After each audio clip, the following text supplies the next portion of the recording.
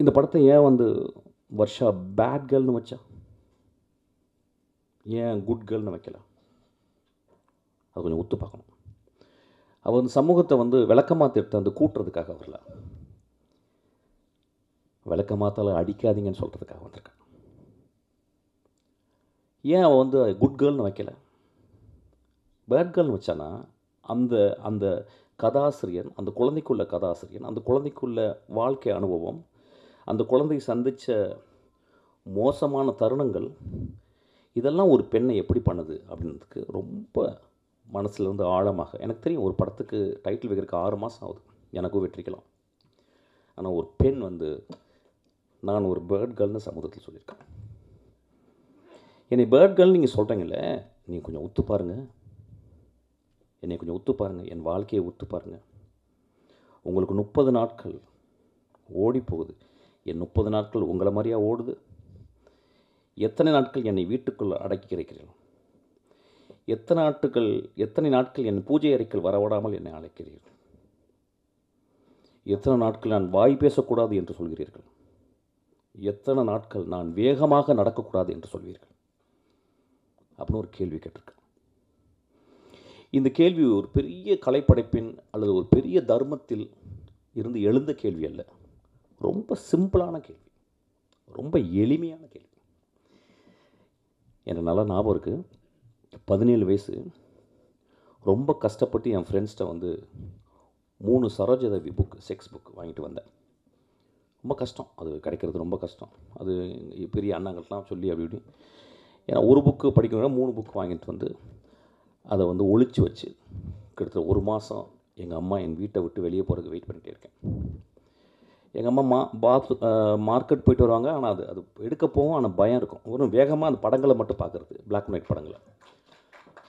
அதை பார்த்துட்டு வந்து அம்மா வந்துருவாங்களோன்ற பயத்தை நான் வந்து திரும்பி ஒழிச்சு வச்சுருவேன். ஒரு நாள் எங்கள் அம்மா, டே நான் வரக்கு ஒரு 2 ஹவர் ஆகும்டா, நான் மார்க்கெட்டு போயிட்டு ஒருத்தங்க பார்த்துட்டு வரேன்டான்னு சொன்னாங்க. எங்கள் அம்மா பொண்ணு கதவை சாத்திட்டு அந்த 3 புத்தகங்களையும் படித்துக்கிருக்கேன். செக்ஸ் புக் படிக்கிறேன். 17 வயசு பையனுடைய கேள்வி, 17 வயசு பையனுடைய காமம், 17 வயசு பையனுடைய வாழ்க்கையை புரிந்து கொள்ள வேண்டும் என்று வருது. 17 வயசு பையனுடைய கீழ்மையும் சொல்லலாம். அப்போ படிச்சுக்கிட்டே இருக்கும்போது யாரோ கதவை தட்டிட்டாங்க. நான் யாருன்னு கேட்டேன். எங்கள் அம்மா. என்னென்னா, பர்ஸ்லேருந்து காசு எடுத்து போக மறந்துட்டேன். நான் உடனே அந்த புத்தகம் என்ன பண்ணுன்னு தெரில. எங்கள் வீடு பெரிய வீடு, ரொம்ப வறுமையான வீடு, சின்ன வீடு, ஒரு ரூம் தான். அப்போ ஒரு டேபிள் இருந்துச்சு, டேபிள் மேலே ஒரு டைனோரா டிவி இருந்துச்சு. அந்த டேபிளுக்கு அந்த பக்கம் கேப்பில் அந்த 3 புத்தகங்களை போட்டு வட்டேன். உடம்பெல்லாம் வேர்த்துருச்சு. எங்கள் அம்மா திறந்து பார்த்து, என்னடாச்சு? இல்லைம்மா, எனக்கு ஒரு மாதிரி ஜுரம் அடிக்கிற மாதிரி வெளியே ஓடிட்டேன். வெளியே ஓடி ஒரு 3 மணி நேரம் கிரிக்கெட் விளையாட போயிட்டேன். பக்கத்தில் உட்லண்ட்ஸு, அந்த பழைய உட்லண்ட்ஸ், அங்கே கிரிக்கெட் விளையாட போயிட்டு சாயங்காலம் ஒரு 6 மணிக்கு வரேன். வந்தால் எங்கள் அம்மா வெளியே ஏதோ கூட்டிக்கிட்டு இருக்காங்க. நான் உள்ளே போகிறேன். பார்த்தா எனக்கு பெரிய ஷாக்கு. அந்த 3 புத்தகம் ஏதோ கூட்டிருக்காங்க போல். உள்ளே போய் பார்த்தா அந்த 3 புத்தகம் இருக்குது. அதை எடுத்து எங்கள் அம்மா அந்த டேபிளில் வச்சு அது மேலே ஒரு சின்ன பேப்பர் வெயிட் வச்சுருந்தாங்க. எங்கள் அம்மாவை நான் பெரிய கடவுளாக பார்த்து தரணும். நண்பர்களே, இப்போ நான் ஒரு சின்ன சுச்சுவேஷனை மாற்றுறேன். அந்த 17 வயது இன்றைக்கி உங்கள் முன்னால் பேசிக்கிருக்கேன். இந்த பையன் ஒரு பெண்ணாக இருந்தால் என்ன இருக்கும் யோசிச்சு பாருங்க. அப்போ எனக்கு ஒரு சுதந்திரம், ஒரு பெண்ணுக்கு சுதந்திரம் கொடுப்போமா? எங்கள் அம்மா அநேகமாக அவளை விளக்கமாத்தால் அடித்திருப்பாள் என்று நினைக்கிறேன். காமம் ஆண்களுக்கு மட்டும் சொந்தமா? ஏன் கடவுள் ஆண்களுக்கு குழந்தை பெக்கக்கூடிய தகுதியை கொடுக்காமல் 10 மாதம் சுமக்கும் கற்பையை பெண்களுக்கு கொடுத்துருக்கான்? நம்மளோட ஒரு படங்கு மேலே தான் அவங்க. நம்மளோட ஒரு படங்கு இயற்கை அவங்கள ரொம்ப மதிக்குது. நம்மளோட அவங்க வரம் பெற்றவர்கள் பெண்கள். இந்த படத்தை நான் வந்து ரொம்ப எக்ஸ்ட்ராடினரியான படைப்புன்னு திருப்பி சொல்ல மாட்டேன். There are great moments are there. First of வந்து நீங்கள் பார்த்தீங்கன்னா இந்த படத்தினுடைய பிளானை பாருங்கள். ஒரு சின்ன குழந்தை, அந்த குழந்தை ஆனால் 3 பருவத்தை சொல்வதற்காக 3 கேமராமேனை தேர்ந்தெடுத்திருக்கான். அவள் எவ்வளோ பெரிய ஒருத்தி, அதுக்காக ஒரு கிளாப் அடிப்பான் அவளுக்கு. அவள் எவ்வளோ சீரியஸாக இயங்குறா பாருங்க. She would have very easily asked for some great cameraman like P.C. Sriram or somebody else. They would have come for grassroots. They would have come, they would have readily accepted even for a peanut of money. அவள் ஏன் எனக்கு 3 வேறு வேறு பெர்ஸ்பெக்டிவில் பண்ணணும். இந்த உலகமே perspective கிடைக்க மாட்டேங்குது இந்த உலகத்துக்கு. அப்போ பாருங்கள், அவள் இன்னும் 30-40 வருடம் ஒரு மிகச்சிறந்த இந்தியாவின் மிகச்சிறந்த டைரக்டர் ஆக போகிறதுக்கு இங்கே விதைய ஆரம்பிக்குது. அவள் 3 பெர்ஸ்பெக்டிவில் பார்க்குறான். அதுக்கப்புறம் தெரிஞ்ச ஒரு ஹீரோயினை யாரோ கூட்டியாந்து அது பண்ணல, யாரோ ஒரு தெரியாத ஒரு பொண்ணு இவ தேடுறான். இந்த வாழ்க்கையில் வருஷமும் இருக்கா, அந்த படத்தில் நடித்த அந்த கதாநாயகனுக்கும் அந்த வாழ்க்கை இருக்குது. இங்கே இருக்க எல்லா பெண்களும் அந்த வாழ்க்கை இருக்குது. இந்த மாதிரி ஒரு விழாவை நான் பார்த்ததே இல்லை. முழுக்க முழுக்க ஆண்களால் ஆக்கிரமிக்கப்படும் ஒரு விழா இன்று முழுக்க முழுக்க பெண்களால் இருக்கு. முழுக்க முழுக்க ஆண் தன்மையால் டாமினேட் செய்யப்படும் ஒரு மேடை இன்று முழுக்க முழுக்க பெண் தன்மையாக உள்ள வெற்றிமாறன். எனக்கு தெரியும், வெற்றிமாறன் பார்க்கல பயங்கரமாக என்ன ராஜா அப்படிலாம் சொல்லுவான். அவனை மாதிரி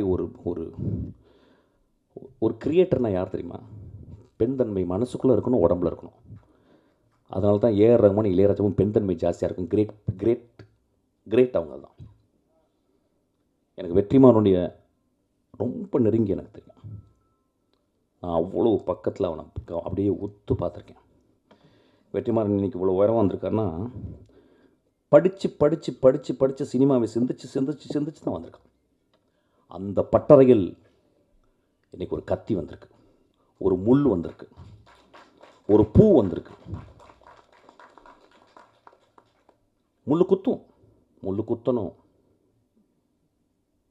கத்தி ஆப்பிள்களை வெட்டுறதுக்கு தேவைதான், ஆனால் பூவை நம்ம கசிக்கக்கூடாது. அவர் இந்த படத்தில் ஒரு ஃபில்ம் மேக்கராக the way she handle the close ups, இந்த படத்தை ஒரு நல்ல ஸ்டடின்னு சொல்கிறேன். அதாவது நெக்ஸ்ட் ஜெனரேஷனுக்கு இந்த படத்தினுடைய க்ளோஸ்அப் ஒரு பெண்ணை, எனக்கு தெரிஞ்ச தமிழ் சினிமாவில் இந்தியன் சினிமாவில் ஒரு பெண்ணினுடைய முகத்தை இத்தனை ஆங்கிளில் இவ்வளவு அழகாக எந்த படமும் காட்டலன்னு நினைக்கிறேன். மணி சார் ஒரு பேட்டியில் சொல்லியிருக்காரு, there are very very few directors who knows how to compose close-ups அப்படின்ட்டு. I think she is one of the director. இந்த படத்தில் அந்த க்ளோஸ்அப்பில் அந்த கதாநாயகனுடைய பருவை காட்டிருக்கு. அது வெரி சிம்பாலிக். அந்த பரு எவ்வளோ ஒரு எவ்வளோ இரிட்டேட்டிங்காக இருக்க ஒரு விஷயம். ஆனால் பரு இல்லாத வாழ்க்கை இருக்க. பரு இல்லாமல் ஒரு பெண் பருவம் அடைய முடியுமா? அப்போ வாழ்க்கையில் நமக்குள்ளே இருக்குது. ஒட்டடை குச்சிகள் இல்லாத வீடு முழுமையாகுமா? ஒட்டடை குச்சிகள் இல்லாத வீடு முழுமையாகுமா? வீட்டுக்குள் எப்பொழுதுமே ஒட்டடைகள் செய்வோம். என் மகளுக்கு ப்ராப்ளம் வந்திருக்கு. இன்றைக்கி அவள் ப்ராப்ளம் இல்லாமல் இருக்கா, 26 வருஷம் 25 வயசில். இன்றைக்கி என் மகளை பார்த்தா அப்படியே எதை பற்றியும் நான் கேட்குறதில்ல. ஆனால் அவளுக்கு 13 வயது பருவமடைந்தது அவளுக்கு நிறைய ப்ராப்ளம் வந்திருக்கு. நம்ம எல்லாருக்குள்ளேயும் கருணையோடு நம்ம பார்க்கணும்.